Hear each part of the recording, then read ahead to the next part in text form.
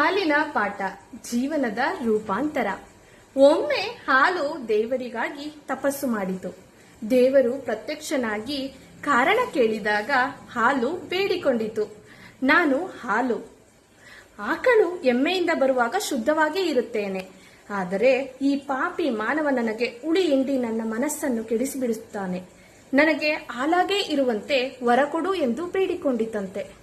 ದೇವರು ನಕ್ಕು ಹೇಳಿತಂತೆ, ನೀನು ಹಾಲಾಗಿ ಒಂದೇ ದಿನ ಬದುಕುವೆ, ಮೊಸರಾದರೆ ಇನ್ನಷ್ಟು, ಬೆಣ್ಣೆಯಾದರೆ ಇನ್ನೂ ಹೆಚ್ಚು, ಆದರೆ ತುಪ್ಪವಾಗಿ ಬದಲಾಗಿ ದೀರ್ಘಕಾಲ ಉಳಿಯುವೆ, ಔಷಧವಾಗುವೆ, ದೇವರ ದೀಪವಾಗುವೆ ಎಂದು ಹೇಳಿದಾಗ ಹಾಲು ಮೂಕವಾಯಿತು.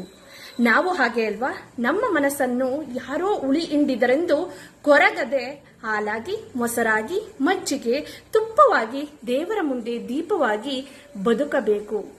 ಸಾರ್ಥಕ ಬದುಕನ್ನು ಮಾಡಬೇಕು.